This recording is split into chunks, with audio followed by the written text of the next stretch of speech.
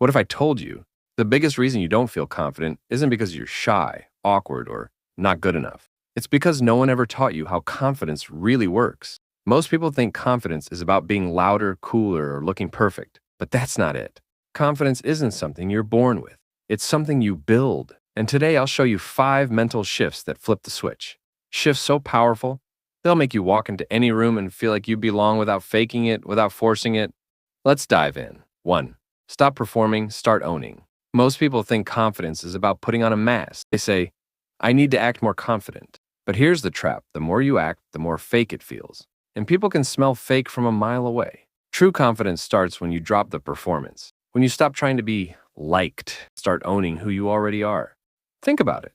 Have you ever seen someone trip, drop their coffee, and instead of panicking, they just laugh it off? Suddenly, everyone in the room respects them more.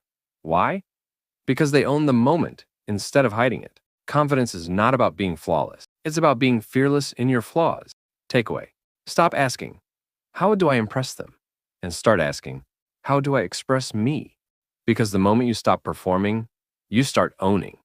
2. Shift from, what if I fail, to, so what if I fail? This is the killer of confidence. Fear of failure. What if I embarrass myself? What if they reject me? What if I look stupid? That loop will destroy you. But here's the truth. Failure is never as deadly as your brain makes it out to be. Look at kids learning to walk. They wobble, fall, smack their face into the couch. But do they quit? Nope. They don't care about looking stupid. They fall 500 times and still get up. Somewhere along the way, we stop being okay with falling.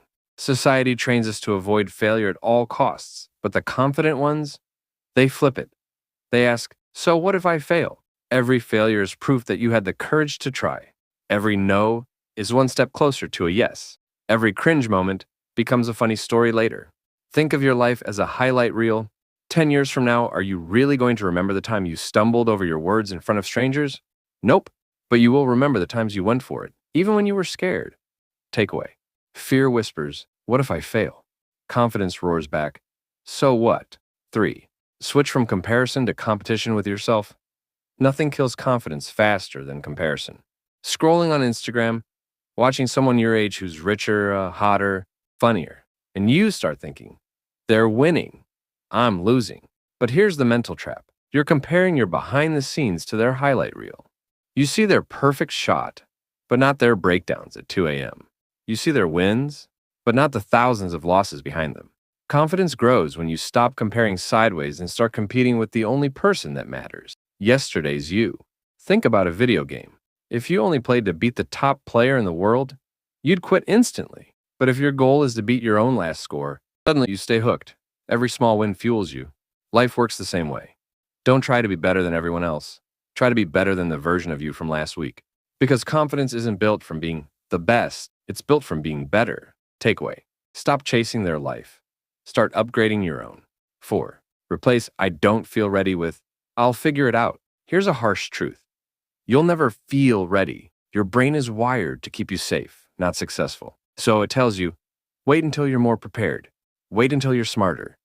Wait until you're 100% ready. But waiting kills dreams. Waiting keeps you stuck. The confidence shift, they don't wait, they leap. They don't say, I don't feel ready. They say, I'll figure it out.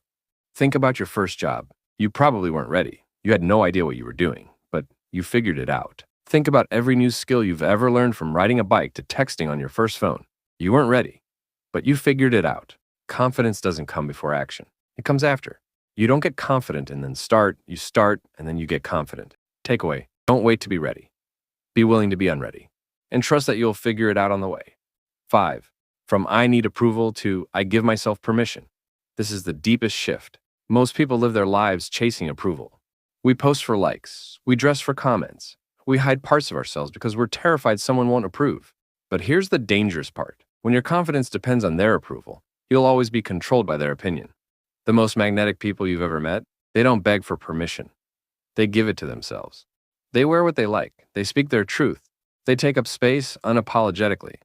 And people are drawn to that energy because it's rare. Think about your favorite creators, leaders, or even that one friend who just owns it.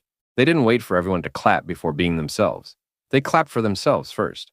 And say it. Confidence is not the world saying, we like you.